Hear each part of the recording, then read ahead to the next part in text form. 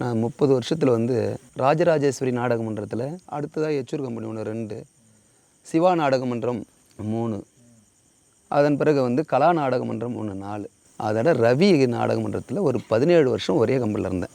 அதன் பிறகு தான் இப்போ அவங்க அண்ணன் பையன் கம்பெனி, இப்போ ரஜினி பாபு இருக்காருங்களே, அவங்க கம்பெனியில் வந்து இப்போ 2 வருஷமாக இருக்கேன். மக்களை சுண்டி இழுக்கிறது வந்து எல்லா நாடக கலைஞர்களுக்குமே பொதுவானது.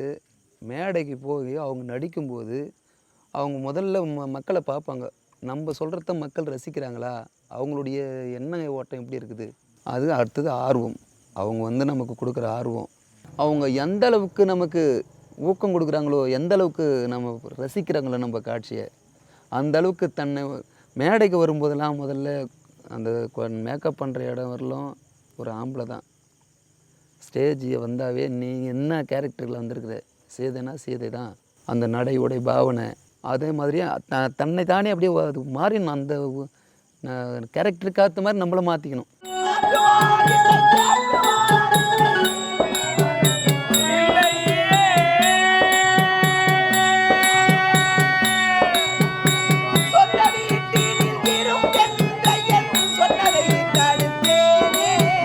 சீதாதேவியாக பிறந்த நான் என்னுடைய பிறவியை முடித்துக்கொண்டு வைகுந்தம் வந்து விட்டேன். ஆனால் நீங்கள் இன்னும் வைகுந்தம் வந்து சேரவில்லையே சுவாமி.